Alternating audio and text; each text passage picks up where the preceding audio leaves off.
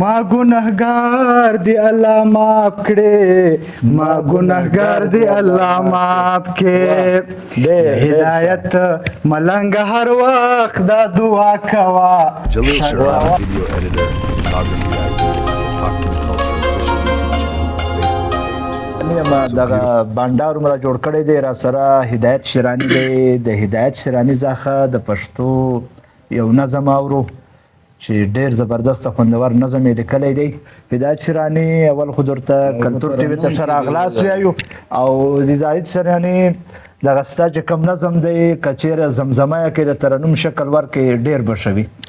مننه شکریا جلیل شیرانی ډیره شکریا ادا کوم چې موږ ته ټیم راکړه. موږ دا مات ګډ شعرونه دي او مزاحي شعرونه موږ وایو او بل یو نظم لیکلی دی هیله کوم چې تاسې خوښ سي. تاسې په زندګۍ څوک نه مړېږي په زندګۍ څوک نه مړېږي یو ورځ به ځې ترېنه مومنه حوصله کوه شک کوه بد مه کوه دا عمر تېرېږي شک کوه بد مه کوه دا عمر تېرېږي. ډیر ښه ډیر زبردسته سوچ او سمجھ زندگی غواړي سوچ او سمجھ زندگی غواړي دا د سهار لمانځه بعد خوبونه مه کوه شک کوه بد مه کوه دا عمر تېرېږي شک کوه بد مه کوه دا عمر تېرېږي. ډیر ښه ډیر څه ښایسته ځوانۍ سوې خاورې څه ښایسته ځوانۍ سوې خاورې هغه در یاد کړه بیا چې څه کوې هغه کوه ښه کوه بد مه کوه دا عمر تېرېږي ښه کوه بد مه کوه دا عمر تېرېږي. اواز خو د فریاد هم په زندګۍ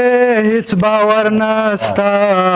په زندګۍ هېڅ باور نسته او په زندګۍ هېڅ باور نسته په زندګۍ هېڅ باور نسته زه درته سوال کوم خو زما لپاره مه کوه ښه کوه بد مه کوه دا عمر تېرېږي ښه کوه بد مه کوه دا عمر تېرېږي. ما ګناهګار دی الله معاف کړي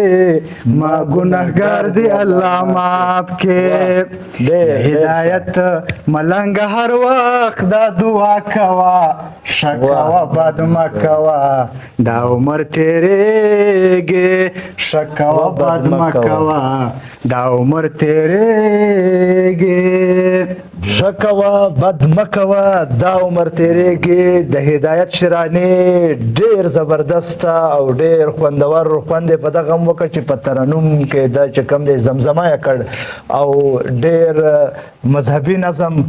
دا یو جهان مننه کوو ستا د دغه نظم او د ترنم. مننه قربان ستاسې هم یو جهان مننه کوو چې زموږ د غریبانو اواز هم واخیستو دی یو جهان.